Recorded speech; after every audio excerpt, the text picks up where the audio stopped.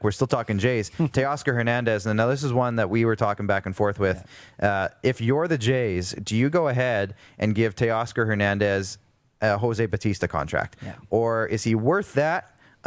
Is he worth more than that? Like, it's hard to say that he's better than Jose Bautista was, but if you look, and I've said this, you've said this, if you look at his numbers and the style of player that he is, he's very comparable to Jose Bautista. Very. He's a 260 average hitter, late bloomer, give or take. He's a little older, and he's just starting to kind of get into his prime, I guess, if you want to call it that. And he's a power hitter. He's not overly speedy. He's not overly good defensively. It kind of seems a lot like Jose. Yeah, absolutely. Jose obviously had that rocket of an arm, which made up for some of his defensive flaws. But Teoscar can hit somewhere between every year 260, 280, somewhere in there. And he's just showed this year that he obviously can hit the long ball.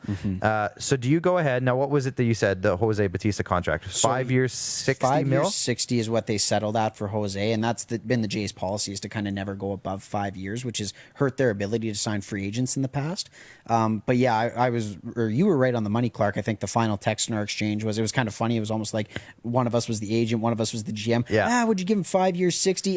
No, maybe 5 years at 50. Okay, let's cut it in the middle. Call it 5 years, 55, and we got ourselves a deal. Yeah. Give me a hot tub from A1 Rentals. Oh, no, I would love if it was possible to give him either 4 years at 40, 5 years at 50, somewhere around like the $10 million a year range. I don't think you go ahead because the year that Jose got his contract, he hit 56 home runs. Yeah. So it's a little different of a scenario. Now, if we had a 162 game season, I don't know what Teoscar was on pace for, but I don't think it was 56. I don't think it was 56. And I mean, it goes back to the old saying, right? If ifs and buts was candies and nuts, we'd all have a Merry Christmas. So it's going to be interesting to see kind of what that averages out to for a contract. I really like the idea. Yeah. 4 years, 10 million, account for inflation. That's kind of where Teoscar deserves to be at right now. I think so. And who knows? Maybe he takes a 1 or 2 year deal, bets on himself, like we've seen a lot of players do.